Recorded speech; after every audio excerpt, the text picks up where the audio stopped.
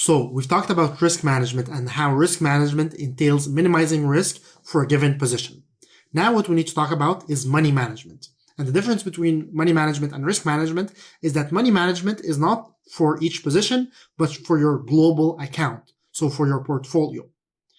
So earlier we said, okay, well, we're going to try to minimize risk for a position. So we put a stop loss to limit our loss.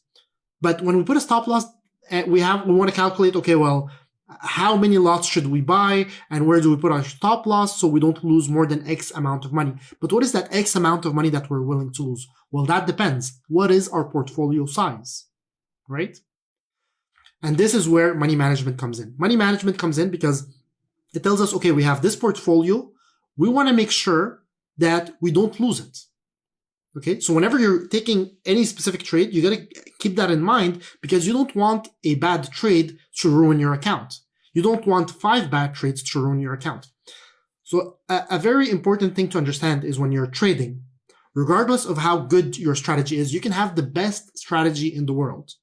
You are going to lose X amount of times. You are going to lose.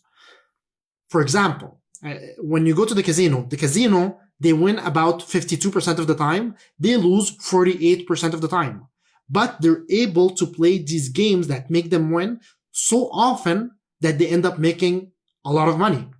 This is the same thing in trading. I've worked professionally as a trader at different firms since 2011, 2012. So that's about 7 or 8 years now, professionally, right? And across these firms, I've seen hundreds of very, very good traders. The best traders in Montreal. And the best traders I've seen, okay, across all these firms, they all have winning batting averages or winning percentages of about 65%, which is really, really good. Because some people, when they come into trading, they think that they're going to win 90% of the time or 80% of the time. That doesn't happen. It doesn't exist. If you're able to win 65% of the time, you're going to be so rich, right?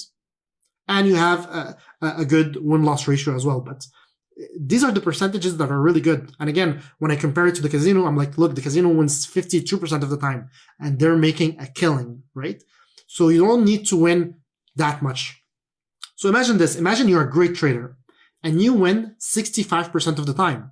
You're so good that instead of it being 50-50, you're winning 65% of the time and you're losing 35% of the time. That's amazing. So it's like basically you have a coin and when you play head and tails, but every time you get heads, you win. And when you get tails, you lose, but you get heads 65% of the time and you only get tails 35% of the time. Great game. The thing is, even if you get tails 35% of the time, there are going to be times where you get tails 3 times in a row, 4 times in a row, 5 times in a row. So even if you have a great strategy, this strategy is bound to lose several times in a row at different times. That's just mathematics. Okay. It's not that you're a bad trader. It's not that you're not good. It's just that it's part of the formula that you lose sometimes. Now, so what are you going to do when you lose 3 or 4 times in a row? Imagine you bet too much every time you played. Then you might wipe out your account and lose all your money. And this is what you don't want to do. So money management comes in because it'll come in and tell you, okay, you know what?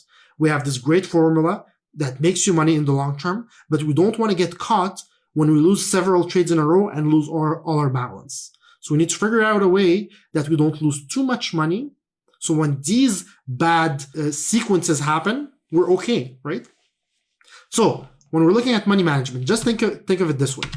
If we lose a percentage of our account, it's very hard to get back from there. Example, if we lose 20% of our account, let's say we have $1,000. We lose 20% of it. We lose $200. Now we have $800. How much in percentage do we need to make to get back from $800 to $1,000? Not 20% because now we only have $800.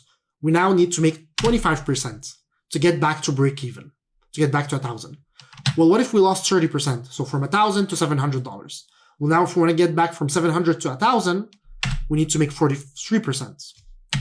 If we lose 40% of our account, we would need to make 67%. What if we lost 50% of our account? So you have $1,000, you start betting too much, you have a few bad trades in a row, and you lose 50% because you bet too much. So now your 1,000 became $500. To get $500 back to 1,000, you have to double it. So you need to make 100% return. That's crazy, right? Imagine if you lost 60%, now you need to make 150%. So when you lose too much money on an account and your account shrinks a lot, it becomes extremely hard to bring it back up. So our objective is to never lose so much money that we fall somewhere down here, because then it's too hard getting up. We have to limit how much we're able to lose. So even if we have, let's say, 10 bad trades in a row, right? We have really bad luck. We're a good trader, but we have really bad luck, and we got 10 bad trades in a row. It's not the end of the world, because we only lost a little bit, and then we're able to make it back, right? But if we're betting too much and we get 10 bad trades in a row, then we lose everything, and then there's no way of getting back from that. And this is the problem with most novice traders. They bet too much, they blow their accounts, and they don't stay in the game to keep playing. And this is what we want to avoid. So we're going to add on top of this in the next lectures and see how we use money management techniques to protect our account and to calculate our position sizing, how many lots we should buy in order to not lose too much.